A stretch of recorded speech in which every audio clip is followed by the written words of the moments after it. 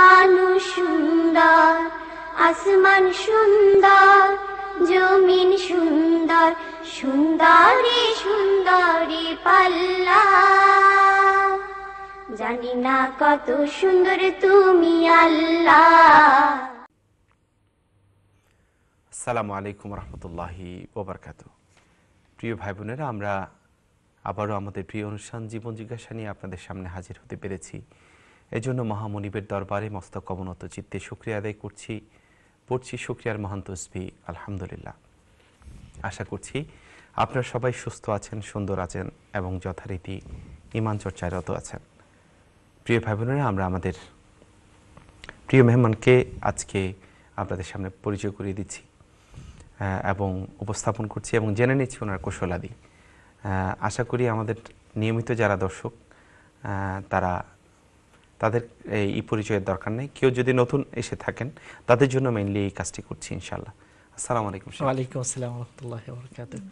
জি, কেমন ছিলেন, কেমন আছেন? আলহামদুলিল্লাহ, আল্লাহ তাআলা শুকরিয়া আদায় করছি। আল্লাহ তাআলা আমাদেরকে সুস্থ রেখেছেন, ভালো রেখেছেন এবং সপ্তাহের সবচেয়ে গুরুত্বপূর্ণ এবং সবচেয়ে ভালো লাগার জায়গা এই প্ল্যাটফর্মে একত্রিত হওয়া, জীবন জিজ্ঞাসার মঞ্চে এসে একত্রিত হওয়ার সুযোগ আল্লাহ দিয়েছেন। এই জন্য আল্লাহর শুকরিয়া আদায় করছি আলহামদুলিল্লাহ। এবং আজকে মাগরিবের পর থেকে এই দেশে নতুন বছর শুরু হয়ে গেছে।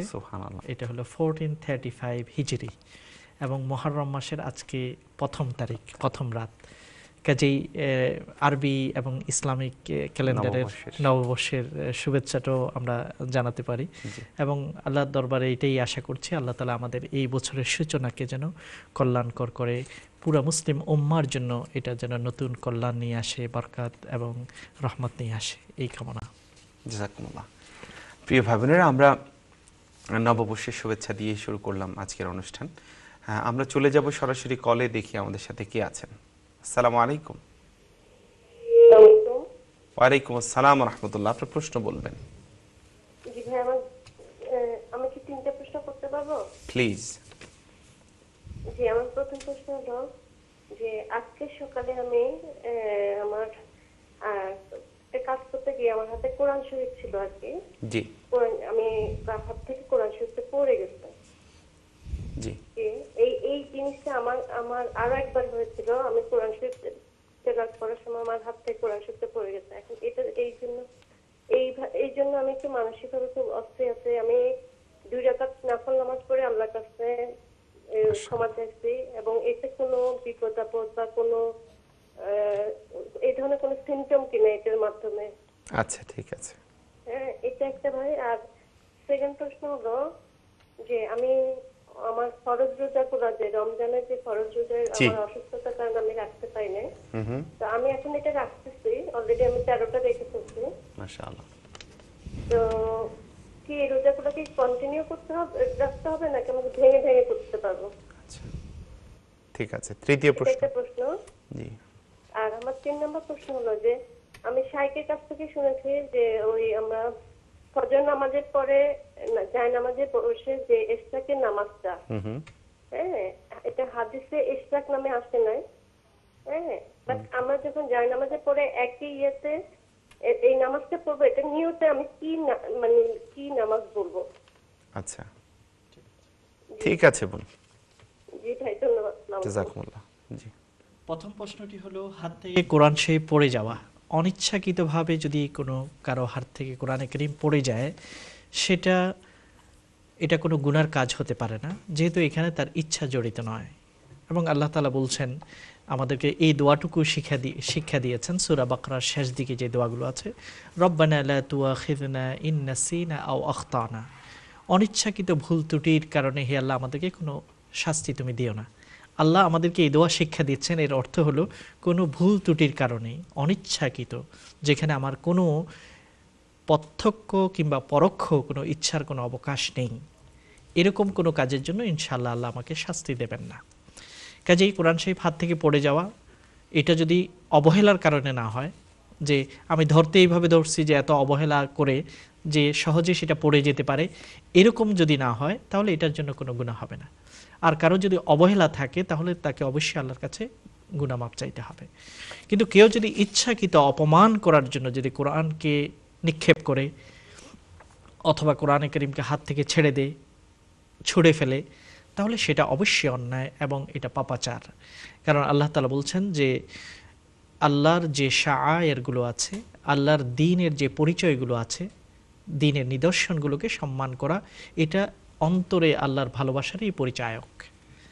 আমরা কোরআনকে ভালোবাসি, আমরা মসজিদকে ভালোবাসি, আমরা ইসলামের যেসব নিদর্শনগুলো আছে সেগুলোকে আমরা ভালোবাসি, আমরা মক্কা মদিনা ইত্যাদি শহরগুলোকে ভালোবাসি, মসজিদে নববী, মসজিদে হারাম, কাবা ইত্যাদিকে ভালোবাসি।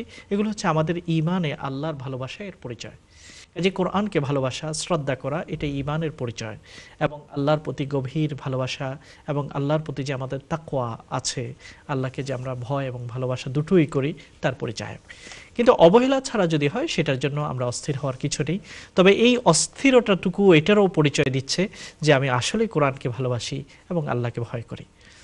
তবে কোরআন কারীম হাত থেকে পড়ে গেছে এটার অর্থ এই নয় যে কোনো একটা বিপদ আপদ আসছে। এই জাতীয় অশুভ কোনো কিছুকে কল্পনা করা ইসলামের দৃষ্টিতে এটা জায়েজ নেই। এই জন্য আল্লাহ নবী এসে বলেছেন লা তুইয়ারাতা, লা তুইয়ারাতা। আগে মানুষ বিভিন্ন জিনিস দেখে বিভিন্ন অশুভ মনে করতো, অশুভ কিছু বের করতো। যেমন ঘর থেকে বের হয়ে দেখলো কাকে আওয়াজ করেছে, এটার জন্য সে মনে করতো আজকের দিনটা হয়তো খুবই খারাপ যাবে, অশুভ হবে। অথবা ঘর থেকে বেরিয়ে দেখলো যে কেউ ঝাড়ু দিচ্ছে, তখন ঝাঁটা দেখার কারণে সে মনে করলো যে আজকের দিনটাই তো আমার ঝাঁটা হয়ে গেল। অথবা সকালবেলায় বের হতে পানিতে জগ থেকে বা কলসি থেকে পানি বের নিতে গেল, দেখলো খালি, তখন সেটা থেকে সে অশুভ ধারণা করলো। এই জাতীয় অশুভ কোনো কিছু মনে করা ইসলামের দৃষ্টিতে এটা সম্পূর্ণভাবে নিষিদ্ধ। বরং আল্লাহ নবী আমাদেরকে এটাও শিক্ষা দিয়েছেন, কারো মনে যদি এরকম অশুভ কোনো ধারণা এসে যায় কোনো কিছু দেখে, তখন তাড়াতাড়ি তাকে এটা বলা উচিত, আল্লাহুম্মা লা খায়রা ইল্লা খায়রুক ওয়ালা তায়রা ইল্লা তায়রুক ওয়ালা ইলাহা গায়রুক। এই দোয়াটি বা এর অর্থটুকু মনে আনা উচিত, যার অর্থ হলো, হে আল্লাহ, তুমি ছাড়া কোনো কেউ কল্যাণ দিতে পারে না, তুমি ছাড়া কেউ অশুভ কোনো করতে পারে না, এবং তুমি ছাড়া আমার কোনো ইলাহ নেই, উপাস্য নেই। এই কথাটা মনে এনে ঈমানকে রিনিউ করা। কারণ কাকের কোনো শক্তি নেই যে আমাকে খারাপ কিছু করবে, অথবা অন্য কোনো কিছুর কোনো শক্তি নেই যে আমার খারাপ করবে। হাত থেকে কোরআন পড়ে যাওয়ার অর্থ এই নয় যে আমার কিছু কোনো খারাপ কিছু হতে যাচ্ছে।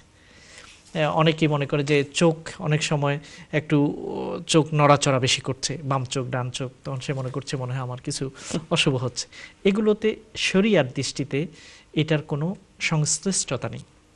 এটা শারীরিক কারণে মানুষের চোখ অনেক সময় চোখের পাতা খুব ওঠানামা করছে, হতে পারে। অথবা খেতে বসে হাঁচি এসে গেছে, সে বলছে আমার কথা নিশ্চয়ই কেউ স্মরণ করছে। এই জাতীয় কথা, এটা হচ্ছে লোকাচার হতে পারে, কিন্তু এটার সাথে বাস্তবতা কিংবা ইসলামী শরিয়ার কোনো সম্পৃক্ততার কোনো প্রমাণ নেই। কাজেই কোরআন শরীফ হাত থেকে পড়ে যাওয়ার অর্থ এই নয় যে কোনো বিপদ আসছে, বরং এই জাতীয় মনে আসলে তাড়াতাড়ি আল্লাহর কাছে ক্ষমা চাওয়া উচিত। লাভ এবং ক্ষতির মালিক আল্লাহই।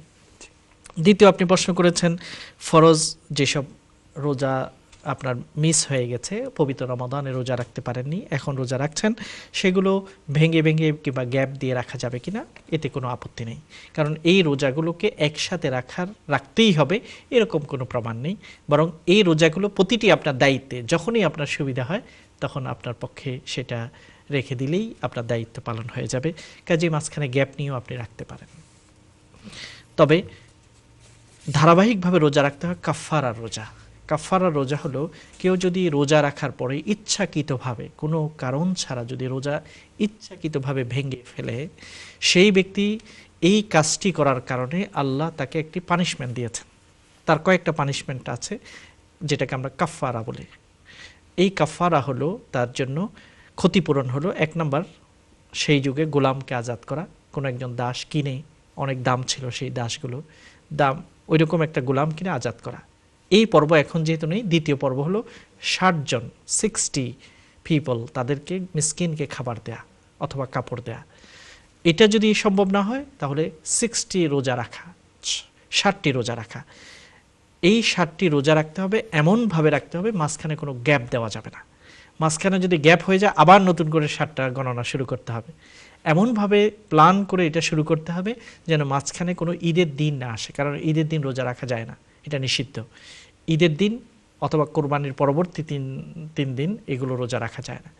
এই দিনগুলো যেন না আসে মাঝখানে, এই 2 মাসের মাঝখানে, এভাবেই প্ল্যান করে রাখতে হবে।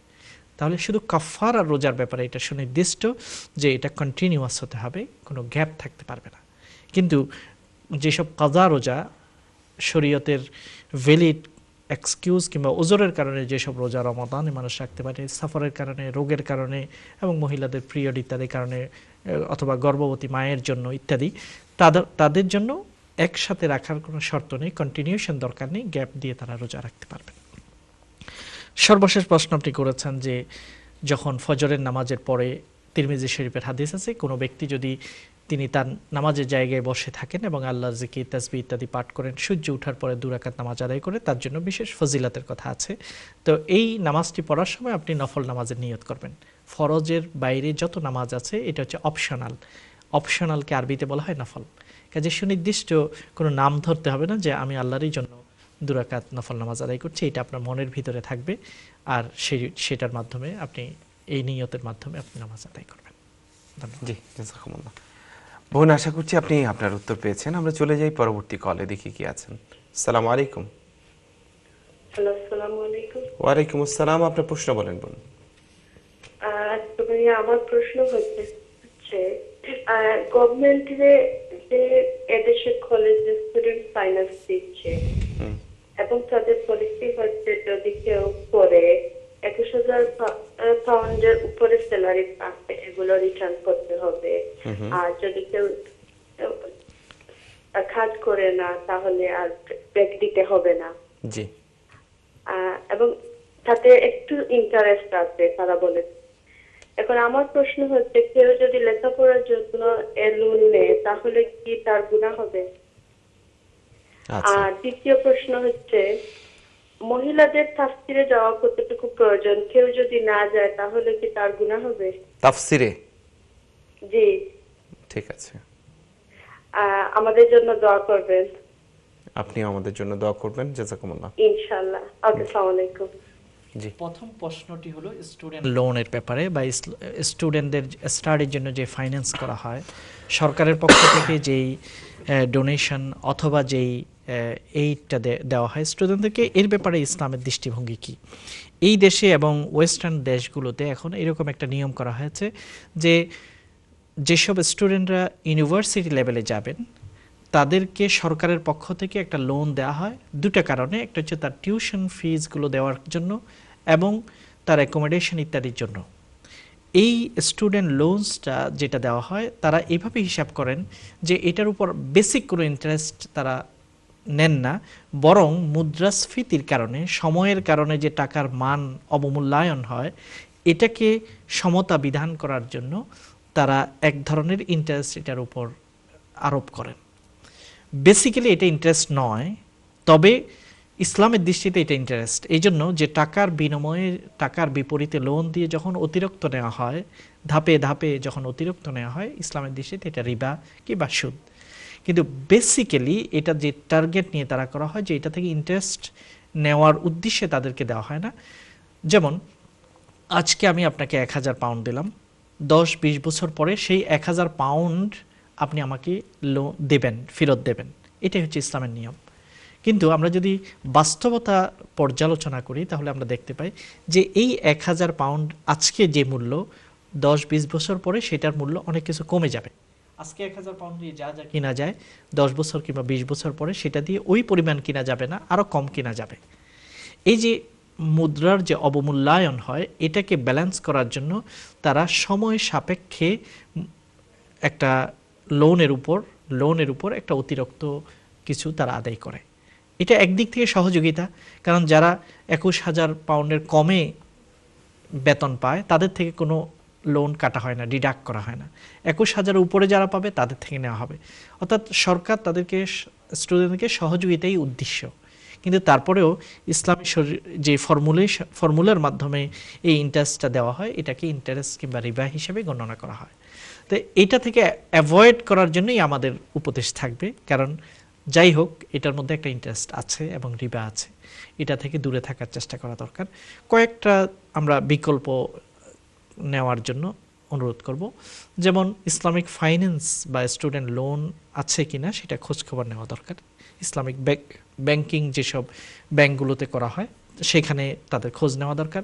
দ্বিতীয়ত ইসলামিক সারা পৃথিবীতে আরব ওয়ার্ল্ড এবং বিভিন্ন জায়গায় ইসলামিক অর্গানাইজেশন যেগুলো মুসলিম স্টুডেন্টদেরকে সায়েন্স ইত্যাদি পড়ার জন্য উৎসাহিত করতে স্কলারশিপ দেয়, সেই জাতীয় স্কলারশিপের দিকে অ্যাপ্রোচ করা দরকার, চেষ্টা করা দরকার। এবং তৃতীয় হলো মা বাবা আগে থেকে প্ল্যান করে তাদের সন্তানদের টিউশন ফি ইত্যাদির জন্য কিছু জমা করা দরকার। চতুর্থ হলো স্টুডেন্টদের এরকম একটা টার্গেট নেওয়া যে আমি লোন নিলেও আমি চাকরি করার সাথে সাথে ইন্টারেস্ট আসার আগে আগেই সেইটাকে আমি রিপেমেন্ট করে দেব, এরকম একটা টার্গেট নিয়ে অগ্রসর হওয়া দরকার। এগুলো হচ্ছে বিকল্প।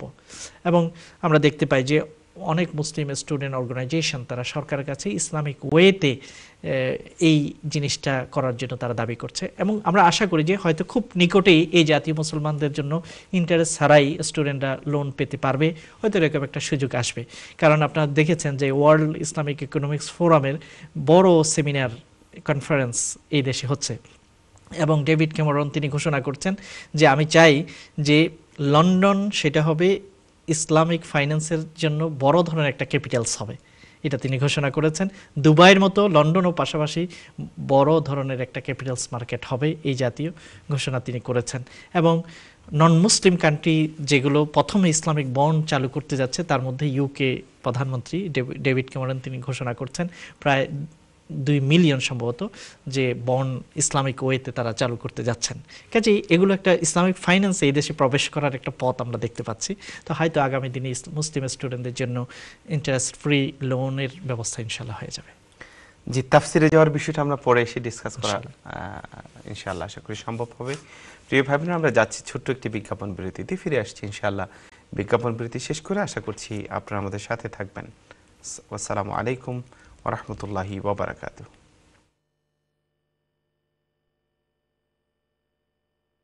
আসমান সুন্দর, জমিন সুন্দর, সুন্দরী সুন্দরী পাল্লা, জানি না কত সুন্দর তুমি আল্লাহ।